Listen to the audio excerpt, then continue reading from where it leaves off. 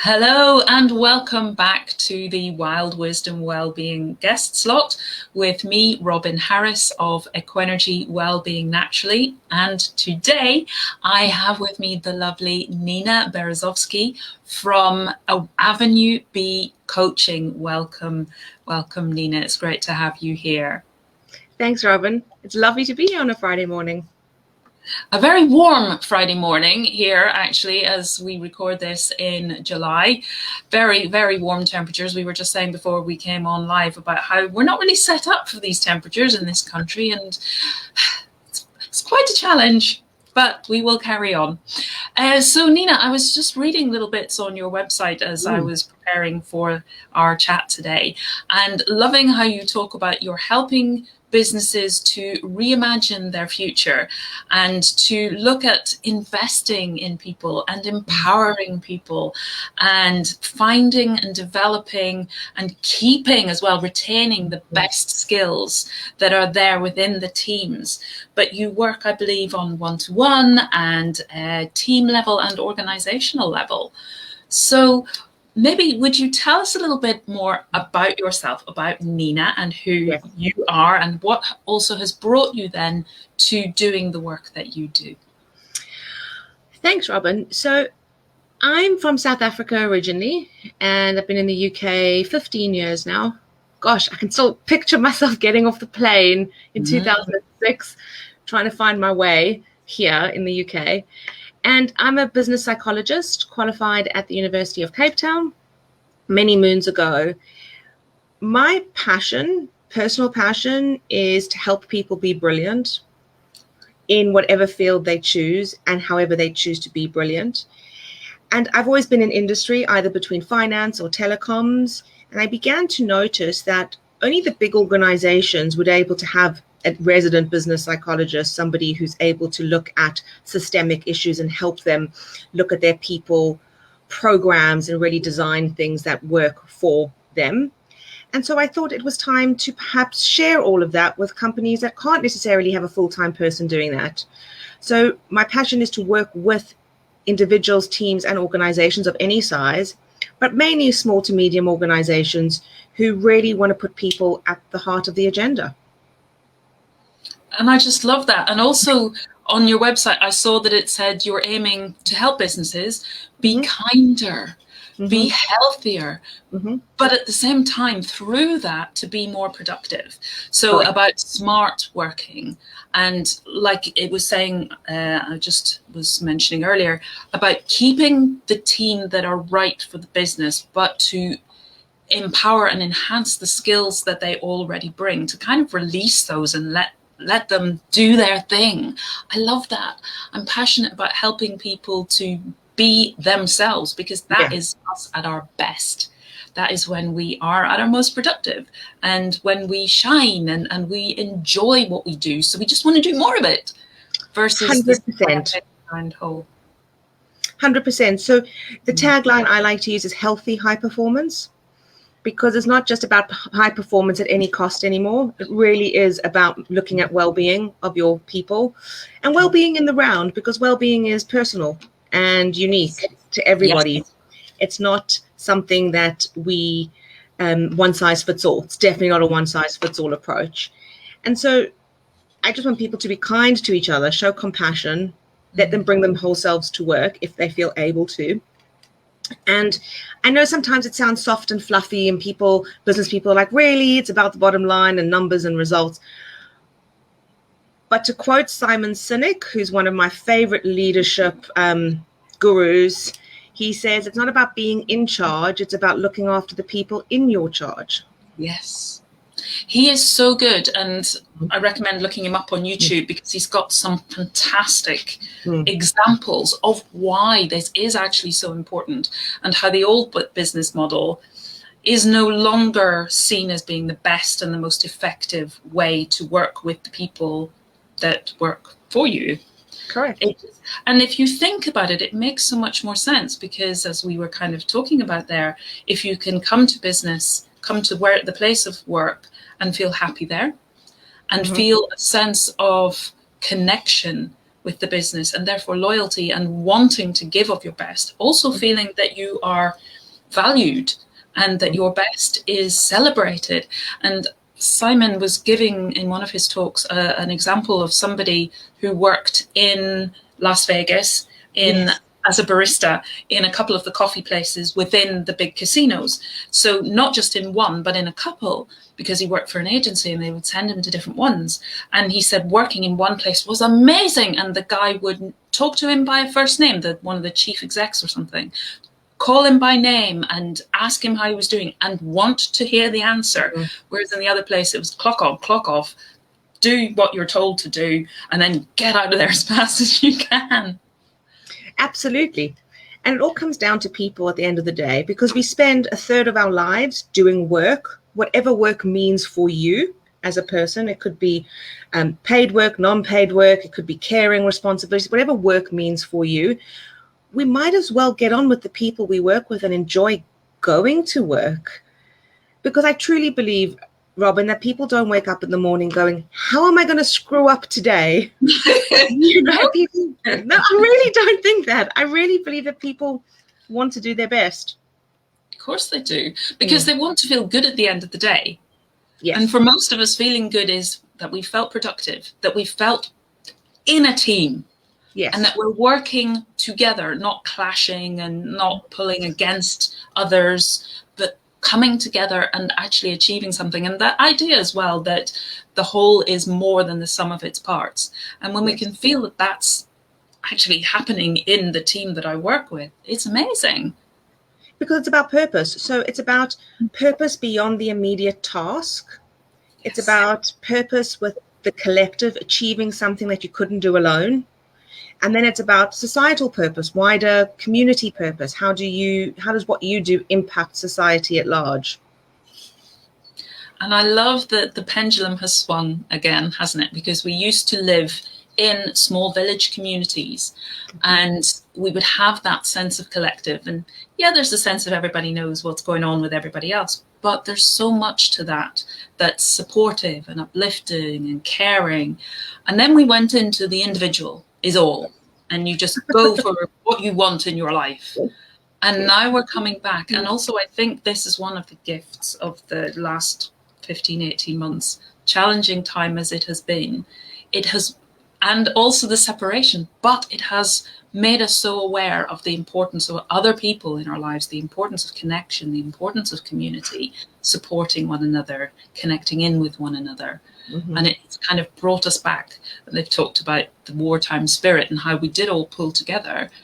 And I think that's coming into business more now as well. Because you hit on something there which is really important. Human connection is probably the most important thing to build resilience. It's about people and people that care about you. There was an amazing TED talk, and I cannot remember it for the life of me, but I will share it with you because I'm sure you can find a way to share it with your followers and listeners. It was a lady who spoke about children and children in care and children who'd been abused, and the thing that helped them the most to build their resilience was this human connection. So actually being human, tapping into that, and that sense of community, it's wonderful. And there are lots of different examples of that from different perspectives. I mean, there's the idea that kangaroos have to have contact. And now if a kangaroo is orphaned, they've learnt that they need to put a pouch on a human. If they can't get a surrogate kangaroo mum, they put a pouch on a human. They know that babies, when they're born prematurely, maybe by cesarean section, and they're put into an incubator, they will thrive much better, much more effectively if they can have skin-to-skin contact with mum. And that can actually make the difference between a baby surviving and not. So they'll put the baby skin-to-skin on mum or dad if mum isn't able. And that will help the child.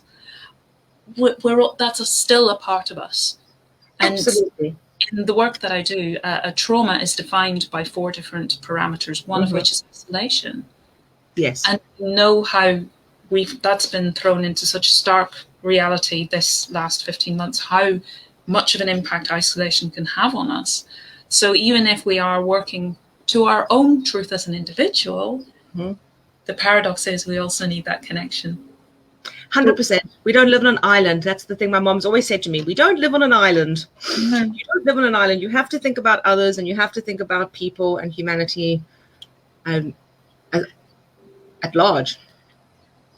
And Neil Donald Walsh talks about we know ourselves best and at our best through our relationships. Yes, I would agree. So as a coach, I often work with people to look at the patterns that they're repeating.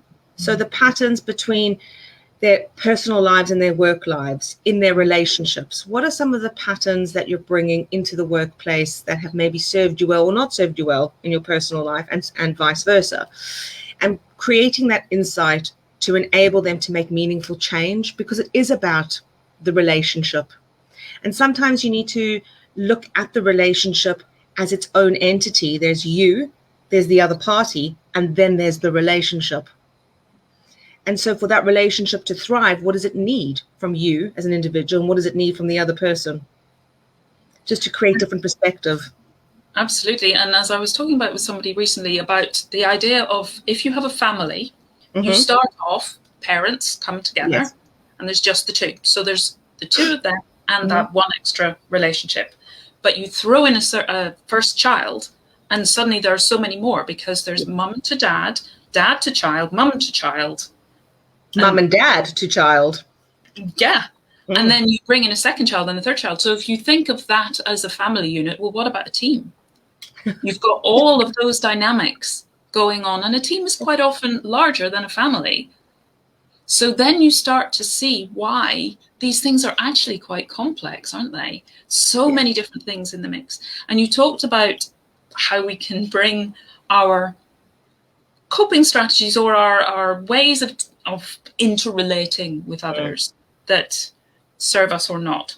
But quite often, even the things that don't serve us now served us at one time. Correct. And we will have possibly made those choices at times of trauma and stress. So for me, it's about, well, it's not blame, it's just understanding. So the insight, you talked about having that insight and that understanding of, well, why did I make that choice at that time? Why did I create that strategy, that relationship strategy? Why was it good and it served me then? Why does it not serve me now? And actually, how then would it be better? How can I reframe it? How can I change it to be what I want it to be now? Because I know where it was, I know where it did serve me, I know where it's not now. Okay, that gives me a framework to think about what would make it better. And I think that's why the rise of coaching has been so prolific as a development option in organizations, because it's not replacing therapy by any means, but what it's doing is allowing people to have a future focus and to really get that kind of talking support without feeling that they're unwell. So whilst therapy and psychology absolutely are so super necessary, I think there is a place for coaching in organizations specifically, around helping people to be better in organizations, to manage their relationships better. And it's about providing a safe space for people just to have a conversation and work through exactly what you've spoken about. What served me, what doesn't, what should I do going forward, etc. And you just said there, the safe space. I think this is why coaching and mentoring and these sorts of things are so good. And sometimes we think, oh, we're fine, we can work it out for ourselves. Really, sometimes we're too close. Having that person to come in and hold the safe space and provide the reflection and the objective eyes, the new fresh pair of eyes, and just to ask those questions that sometimes maybe we don't think of, or we don't ask in a constructive, forward-focused kind of way. We ask those why questions, which can come across as being quite threatening, quite judgmental, versus the coach who, or leading questions. Have you thought of doing it this way? Versus what would happen if, kind of the what questions, and the how might the different ways that a coach can help to highlight and draw out from, like you were you say on your website about the best of the team, just finding, developing, and keeping those best aspects of the team. Because teams is how work gets done. A team is how things happen. Whether you're a team of 2 or a team of 20, teams is where the work happens. The important thing, and the thing I've come to learn recently, is around diversity and inclusion in teams, and about looking at the difference between people as a source of intelligence. If you're always hiring people who are like you, you will probably all come up with the same solutions, and you miss out so much in the problem space, which would be filled by people who think differently or who are different. And so creating a team that leverages not only difference, but includes that difference, you can achieve amazing things. Because Google did a study recently on the thing that it was called Project Aristotle. The number one thing that teams who are high-performing teams have as their core is a set of values. And the first value is psychological safety, this idea that I can challenge and disagree and not be belittled, ashamed, or afraid to do so. And I can bring difference, and I can be myself, and that's okay. And then that open space allows for innovation and creativity and for people to excel.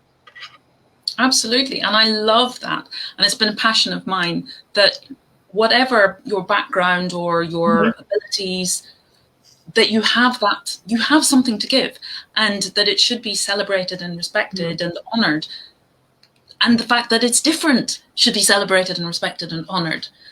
And I've been in teams where people have had differences that have been quite noticeable because they're not the same as the norm. But then, but have you looked at something this way? Or have you thought about this? Or actually, I see this. And then, and there are teams as well, aren't there, in some of the biggest entrepreneurs, like, I don't know, Richard Branson, or that sort of people who are known for their forward thinking, and Google and all of these, that use the fact that people have different skills that might be seen as being well off the norm, but that they then bring stuff that's right outside of the box, that's the new step forward. Couldn't agree more. It's so important. Robin, what struck me while you were talking there was the idea of teams, right? So you're a business owner, I'm a business owner. I work in virtual teams with other people who I collaborate with, but sometimes it can be quite lonely, actually, when you're not in a corporate, in a team. I was curious about some of the things that maybe you do to keep yourself connected. Really good question. And it's so true that the team doesn't have to be your place of work with all the other people who work for that employer. For me, my team is the people that I network with, because I do a lot of networking, because I am a solo business person. I'm the only person in my business, but I need connection. Yeah. And I need ideas from outside my box. So like, for example, yesterday I went to the Bristol Focus Networking Group. Fantastic group. If anybody's looking for a good networking group, go to the Business Focus Network. There's a whole load of them. There's one in Swindon, and they're all around the country. But they're really, really good. And the Bristol one particularly, it's kind of emceed by Maria Newman from Mummy on a Break, and she was one of my earlier guests. She just has this fantastic way of introducing people that brings in what they do. It's like something, it's like a professional. We had an MC at our wedding, and he did the same sort of thing. He's a professional. This is what Maria's doing. But that is my team. So if I have a question that is a business question rather than my skill, then I go to my team. I also recently started working with an amazing virtual PA. So she is more my business team, because she does work for me and does my social media stuff. I create the posts, but then I give her the copy and the schedule. Amazing. She does that for me. So, got some of my time back. And There are lots of things that we can do in that way. I don't do my accounts. I have an accountant, another person in my team, and I'm actually just switching because my accountant has moved his business. So, okay, I'll give it to somebody locally because I wanted a local accountant. My accountant's from back when I lived in Bristol. So now I can have somebody in Wales. So there are all of these sides of things as well. Outsourcing and just getting that help and support and bouncing ideas around. And the whole thing of when you come together in a network meeting, hopefully people are all there because they're business focused. They want to move forward. And the Bristol Business Focus Network Group has a spot every week where one business gets to talk about where am I right now? I need support with this. And then you get to hear, well, they have an issue maybe with their marketing, so do I. I'll just listen in and pick up all those tips. And also listen into who are the people who have marketing skills. So if I have an issue, I can go and ask them. Yeah. All of that's helpful. Yeah. So I know that being part of a team, I'm part of a number of teams. I'm also an individual business owner. I partner with a lovely woman in South Africa called Simone Foster. She's on my website. Super talented and super smart. And you know, when you surround yourself with people who you know are smarter than you, it only ups your level of smartness, if I can say that. And I joined a few organizations as an associate so I could be part of a team and deliver some amazing work. Because for me, it's about delivering the work, whether it's through Avenue B or Equa Energy or XYZ, it doesn't really matter. I want to do work that matters, and I want to do work that makes a difference. So for individuals out there who are starting your own business and have gone out on your own, team is bigger than just a business team. Exactly what Robin just said. And I'm an associate with See No Bounds. Another fantastic team to be a member of. Absolutely. And they just do so much to support your visibility, to get you connections. Again, more connections. That's how we met. Exactly. Yeah. So, because Charlotte is absolutely amazing. She's one of these people who can just figure out who are good connections for the other person, not just, oh, you need to connect, stick you together, and I haven't made a connection this week for you, so I'll stick you with them. It's people who really will connect on the best of levels. So going through the heat, because it's been so hot in the UK, what is your top tip for helping people manage their well-being during this heat wave? Well, I was actually, because I work with animals as well, I was creating one of those infographics. I've got into infographics over the last week or so about keeping animals, mostly dogs, because we've just taken on a rescue dog. Yay! She has her own blog and podcast. But those ideas, and we're just another form of animal, aren't we? Right. So I'd love to hear your tips because I have a dog. So talk away. So for me and the dog, it's things like staying out of the worst of the sun. So the midday, find some shade. We're very lucky here. We were talking about housing and stuff before we came on live, and we have a cottage here with big, thick walls. So inside is cool, and the floor in the kitchen is tiled. So the dog is there, sprawled on the floor. Just keep me cool. What's her name? Inca. Inca, how lovely. How lovely. So, finding shade, finding places that you can be cool, drinking plenty. I've made frozen banana for her. So chopping a banana up and then freezing it and then giving her little bits as treats. If your dog happens to like banana, and if it doesn't have nasty impact on their digestive system, as a friend warned me yesterday, but she's fine. It's a bit late now. Now. So, yeah. What else was I putting in there? Obviously, with dogs, you don't want to be leaving them in cars, caravans, outbuildings, anywhere, because even though it might not feel too hot to us, the temperature can rise so quickly. And inside, with all the windows and stuff, I'm here in a cabin that has 3 walls of windows and a French door. So it gets very, very hot. So I've been keeping we've got kind of blind curtain things, so keeping those closed. And somebody else was saying as well, if your house is cool, don't open the windows because the hot air outside will come in. Oh, that's clever. I never thought of it like that. That's super smart, actually. Because all you want to do is open the doors and the windows when it's a beautiful day. Yeah. And unfortunately, we spend the whole of the winter, don't we, in the UK thinking, oh, I want the warm weather, I want the nice weather, I want the sunshine. And then it comes and we shut all the curtains because it's too bright. I can't, particularly now, because I can't see my Zoom call. Exactly. I can't see the screen. But yeah, that is something to do. And if you're going to exercise or take an animal out for a walk, to do it in the early morning or the late evening. So we've got a little Westie. His name's Rocket. He's the love of our life. We also rehomed him, over 2 years ago now, and he rules the house. But they do completely, and it's totally fine with me. Whatever he wants, he has. But some of the top tips we have is we put some ice water in front of a fan, so it makes it a bit cooler if people want to do that for their animals. And just hydrate. And as you say, we don't take him out morning, late afternoon. If he needs to go to the loo, he lets us know. Otherwise, we're not taking him for his long walks, and he can run for miles. So we're just limiting his exercise this week. So he's certainly not on hot pavements because they're close to the burn. Yeah. Correct. But for me, the top tip is for people to just hydrate. Keep yourself hydrated. You might not be thirsty, but just drink. So that's we don't realize how much water we actually need anyway, and then has to be so much more on a hot day. Yeah, because we're 90% water as humans. So it depends on which statistic you read on which website or whatever. But yes, and we need that for our bodies to function. So, for example, you might not feel thirsty, but you might feel a bit sluggish. You might feel tired. Water gives you that energy.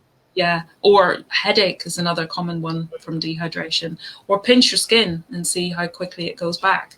And that'll give you a sense. But unfortunately, by the time we feel thirsty, or by the time the skin takes a long time to go back, we're already dehydrated. So basic rule is just keep drinking. Yes, keep drinking. Very rare that you can overdrink. There are some people, some health conditions where you can.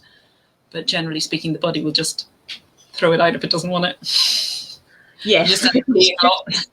Generally speaking, it will. If it doesn't need it or want it, it gets rid of it.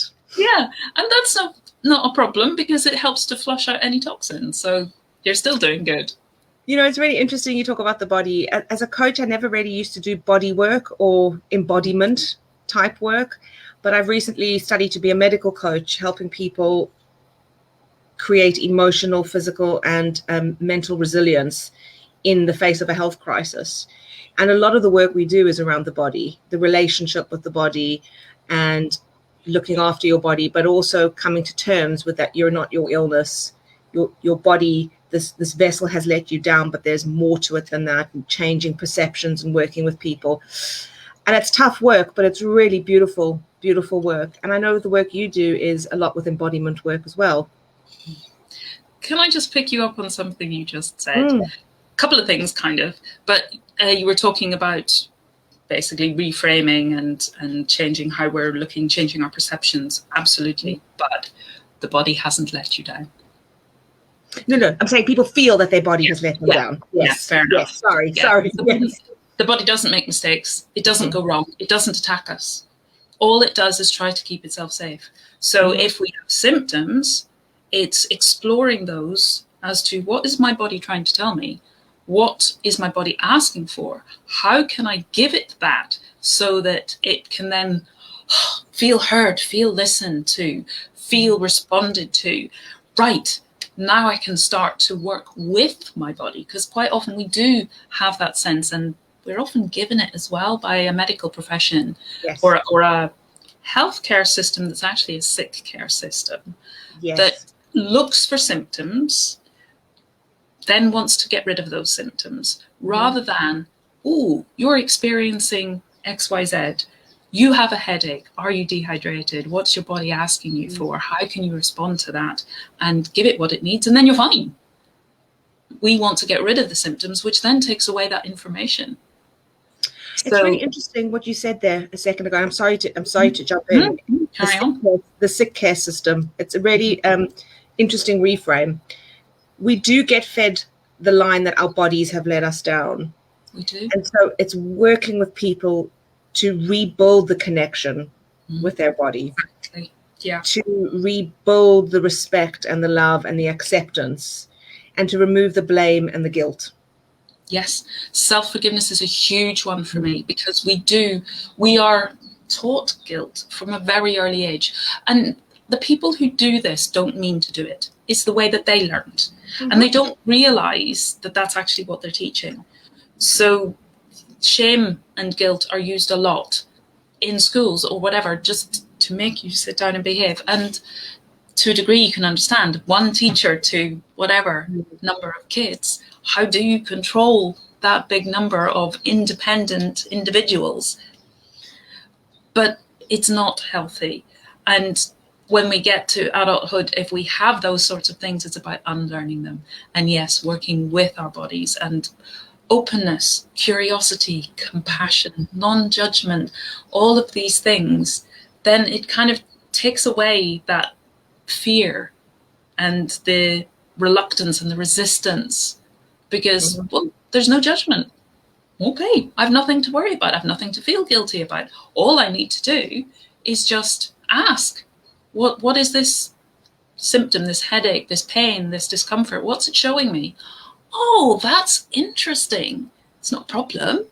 It's just... No, it's not a problem when it's things like that. But when you do have people who are terminally ill, or people who have a chronic illness, there's a lot to unpack. And then there's a lot to help them with. And this is not to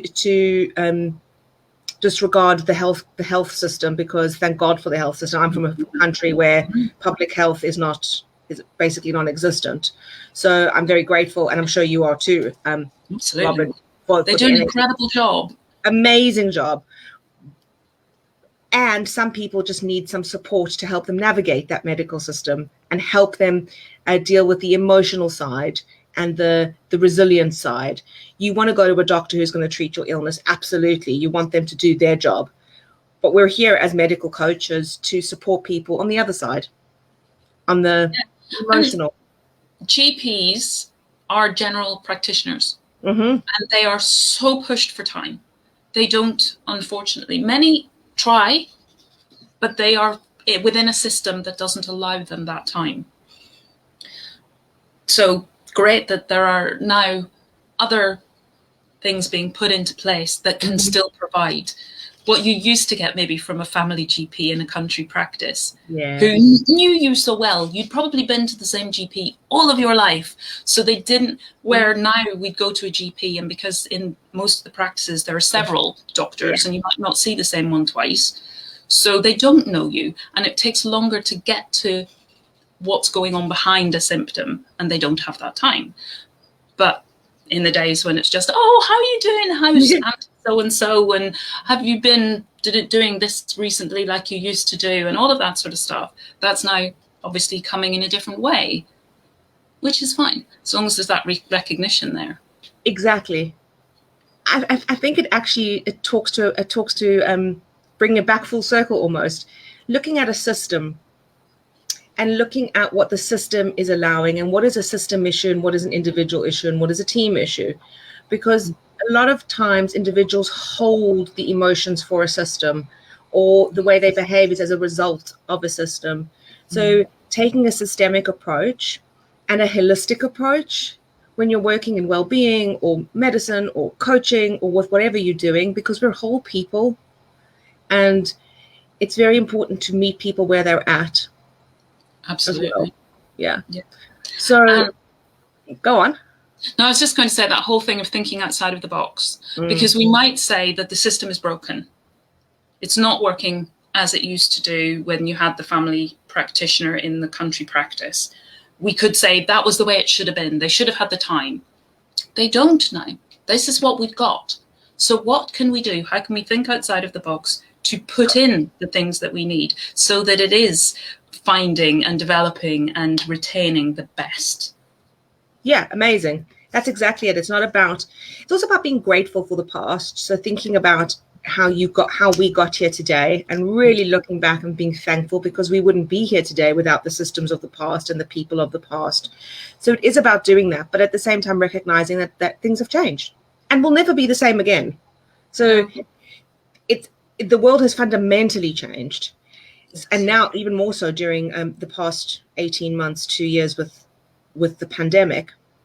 However, it doesn't mean that it has to be bad, negative.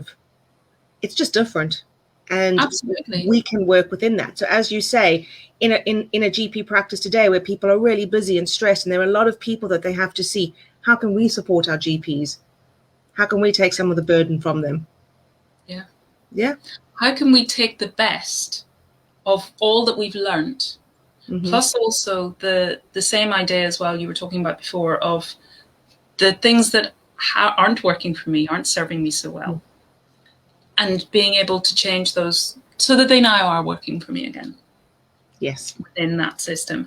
And I don't envy you because it's a huge system if you're going to be working kind of in the NHS world. Wow. That's quite, because that's like that big ship that takes a long time to change its direction. Absolutely. And I think it tries to do its best. As you say, it's not about a negative intention. There's always a positive intention. We just need to treat the NHS with absolute respect. Yeah. And, you know, if you have an appointment, go. Don't not go because it's free. True. You know, treat your doctors and your nurses and your paramedics and your fire and police and just with respect. These are services that, you know, are provided to you. So just be kind and respectful, which goes back to the first thing we spoke about, compassion and kindness. Yeah, and I think it's also that the system might not be working as you would want the system to work, but the individuals are people, the human being. So they are the people that you're interacting with. They're the relationship that you're having. They deserve respect. The system, it's changing. It's trying to find its right way. It's gone through so much recently. It's trying to adapt to those changes and obviously bringing in people to do that. Things are happening. We might not see it everywhere, but it's going on. So, yeah, if you've got an issue with the system, go through their system to make that issue known. But the individuals, they don't deserve. Yeah, they don't deserve to be tarred with that brush of the system. No. The system is, like you were saying before, there's that kind of separate entity of the relationship, but there's also the separate entity of the system. It has a life of its own. So don't blame the people for how the system is. It's funny, you know, when someone comes and says, oh, we have somebody who's underperforming, if they come to us, we'd like you to do some coaching for them. You say, okay, can you tell me more? Because all you've told me is blame, that person's underperforming. Let's talk about the structure. Let's talk about the team. Let's talk about the man. And it very well may be that person is underperforming. But often the presenting issue, as you've said before, isn't the real issue. We just got to scratch a little bit deeper under the iceberg to see what's happening. And it's looking at why are they not performing to the level that you want. It's not necessarily that they're underperforming. I see the same often when I work with animals. Oh, little Freddie has a problem. Really? Let's just unpack that a little bit. Yes. I had a conversation with a vet the other day and he said, you do know your dog's eating issues are not his, they're yours, right? Okay, fair enough. So it's the same thing, absolutely. The fact that Rocket's fussy with his food, it's not about him, it's about me enabling him as well. So got to see your part you play in everything. Because then once you see yourself as active in a situation, you can choose to change it. If you don't see yourself as active, it's being done to you. Yes, yes. And we always have agency. We always have choice. Yeah. And for me, everything is energy. So whatever energy I'm holding, others are picking up on that, whether they're aware of it or not, consciously aware of it or not. They are. So if I'm fussy about my food and I'm nervous about what I eat or whatever, my dog is going to pick up on that. Big time, because they're so sensitive. Or a common one that I have seen is when people are taking their dog out for a walk and the dog is reactive. But if I'm anxious and nervous, I'm holding the lead so tightly and they're feeling that. It's coming down through the lead, as well as the fact that they just know you so well and they're so good at reading our body language. And I work with horses quite a bit as well. They are hyper sensitive to whatever is going on in their herd. And if you're part of their herd and you're having a bad day, they know. They know. And they will then respond to that. So we as human beings, being what we are, and receiving the teaching that we receive, we say aggressive dog, problem horse. Not always. How about problem owner? or grumpy Well, owner? owner with problems, owner with issues, owner with Yes. challenges, owner with whatever. And I met with a holistic vet. He does homeopathy and he's passionate about nutrition for dogs. Mm-hmm. And he and I were having a conversation. He said, often people come to me with their pets and I'm prescribing a homeopathic remedy for the pets going, gosh, I wish I could give it to the owners. Take 1 3 times a day, not the dog, That's brilliant. Wow, we've had such a circular chat today, Robert. It's been so fantastic. So many learnings for me and reframing. I love having conversations like this because they just broaden my mind and perspective. Yeah, and that's another thing about connection and relationships and interconnecting and just having those times, I think, as well. They're so important. And what you come with as a coach into a business, giving them that space and time to talk, not just to focus on business. And what we do in that quite often is focus on the problems. Correct. Versus the opportunities. And within every crisis, there's an opportunity. Yes, because, failure happens. It's what you do next that matters. And you don't even have to call it failure. Fail, yeah. F-A-I-L, first attempt in learning.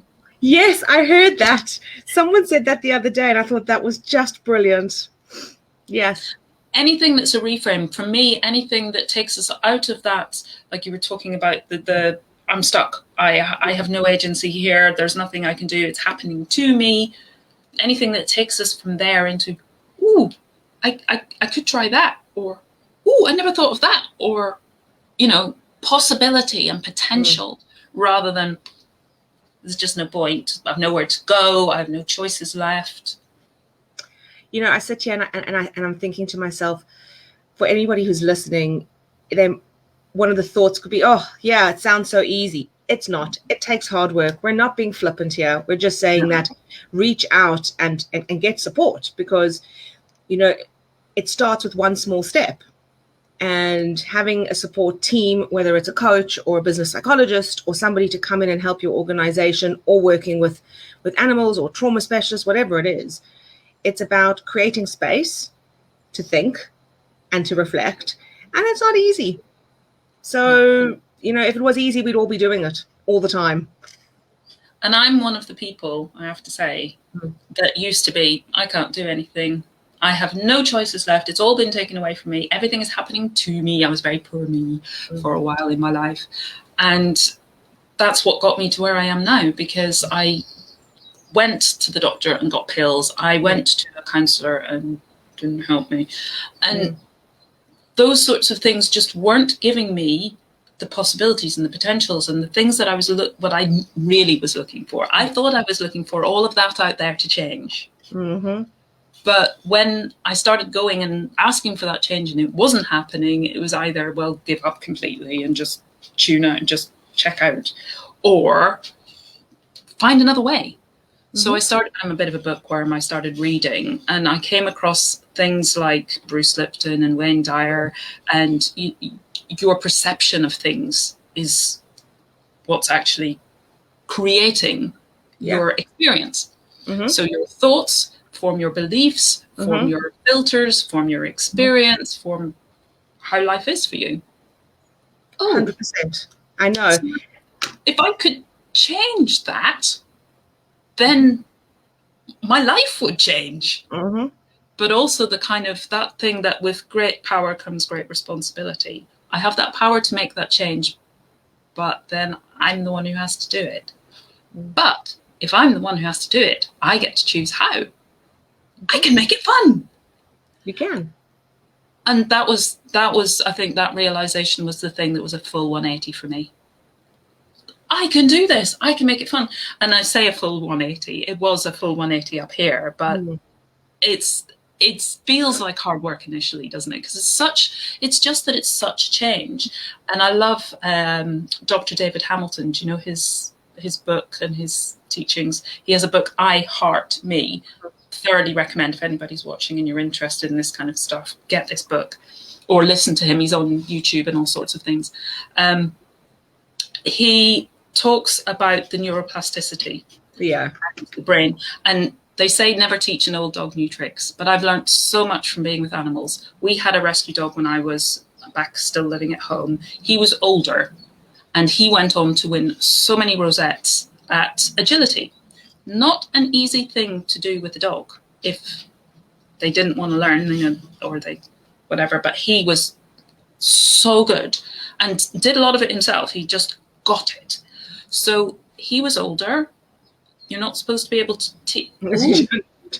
Oh, maybe we aren't set in a certain box. Maybe we can change things. Maybe we have that agency. Maybe we have that control. Oh, what possibilities. And it's just, for me, it was every little step. It was like a new window opened or a new light came on. And although it took time, because it takes us time to get to where we are, where we feel stuck, it'll take time to get out again. But every step along the way, it's a little bit more and a little bit more and a little bit more and a little bit more. And then all of a sudden you realize I'm not walking, I'm running, and I'm enjoying it. Exactly. Self-directed neuroplasticity, for anybody who is listening, is creating new pathways, new neural pathways in your brain where you create new habits. That's what it's about. And we can all do that. It's easier to create a new one than it is to rewire an old one. Yes. So, you know, if you want to stop something, what are you going to start? Yes. What are you going to replace that with? So think about it. It and kind of remember is possible. that it's consistency. Yeah. And they say that a minimum of 21 days, so a month really, to start. But like you say, absolutely, don't just think about, I must stop, I must stop, I must stop, because that's resistance and it pushes back. Correct. I'm going to start. And it's that idea as well of be the change and fake it until you make it. Not really faking it, but just hold that vision, create that vision. Where do I want to be? Yeah. In my head, be there already, because my head doesn't know the difference between it's in here and it's out there. Exactly. So, I was about to say that. Well done. I like that. In here and out there. If I can have a vision and even create a vision board, what do I want my life to look like? Have that there that you can look at, because then it is both out there and in here. And the more you can spend time in that energy, so sitting with feeling, bringing in all of your senses. What does it feel like, taste like, smell like, sound like, all of it? Then the more time you're in there, the easier it will be, the more fun it will be.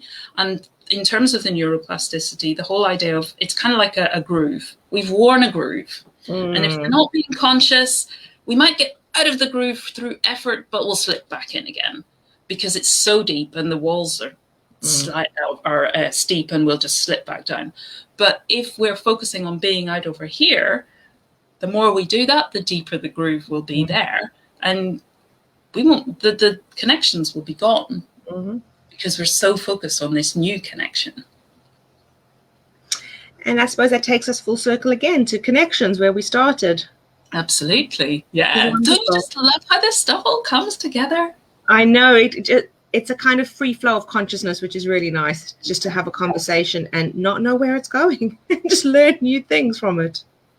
Which you can do with yourself as well. So if you don't have somebody that you can talk to just now, journaling is a great way of doing that free flow of consciousness, and where you can kind of have both sides of the conversation. Ask yourself something and then, ooh, what does that make me think of? What does that come up? What comes up for me around that? Amazing. I've had a wonderful morning. Thank you, Robin, so much. So thank you, Nina. Where, if people are listening to this, maybe somebody is running a business or even working in a business and they're thinking, we so need a Nina. Where can they find you? AvenueBcoaching.com is our email, our website, AvenueBcoaching.com. Or you could just email me at name.surname@avenuebcoaching.com. And I can get back to you. There's also contact form and information on the website. We also have a presence on LinkedIn. I'm not a huge fan of social media, so I've been avoiding it. I know I need to get in it. Specifically, there's no need to. There's no need to. Your connections will come where they're right. Exactly. And so, yeah, please feel free to drop us a line. I'd love to hear from you, even 30-minute, an hour, no obligations. Let's just have a chat and see how I can help. Wonderful, Nina. Thank you so much. I've enjoyed this conversation so much. And it's another one of those connections where you just get to talk about this stuff. Feel that you're part of a tribe. Feel that you're with people. And this is another thing as well I was going to say earlier about surround yourself with the people that uplift you, the people that make you feel at your best. And that doesn't have to be face-to-face. Obviously, it's a challenge at the moment anyway, but it can be online, it can be YouTube, it can be what you watch on television, what you read, what you listen to on the radio, audiobooks, podcasts, anything like that. It's all part of surrounding yourself with that energy that you want to be in. So just look for that and bring more of that into your life if you're wanting to make a change. So thank you again, Nina. Thank you so much for your time, for all that you've shared, such fantastic messages. And thank you for those who are watching. If you're watching on the replay, please stick in a hashtag replay. And if you've got any questions or any comments, then just stick them in the comments below or PM me or whatever. Get in touch with Nina directly. She's just given you her contact details if you've got a specific question for her. And if you've been listening to this conversation and thinking, gosh, I'd like some of that in my personal life, then I have a workshop that's coming up on the first Sunday of every month. So there's going to be one on the 1st of August from 10 until 1. And it's here at Equenergy, which is just outside of Abergavenny. But if you're interested in this kind of stuff and you live further away, just let me know, because I'm happy to run the workshop online as well. And it's called Feel Your Way from Stress into Flow. But I will stick details in the comments below here, and you can take a look. It's on the wonderful Cenobounds website, Cenobounds that we mentioned earlier today. So thank you again, and thank you, Nina. Thank you, Robin. Bye, everyone. Bye.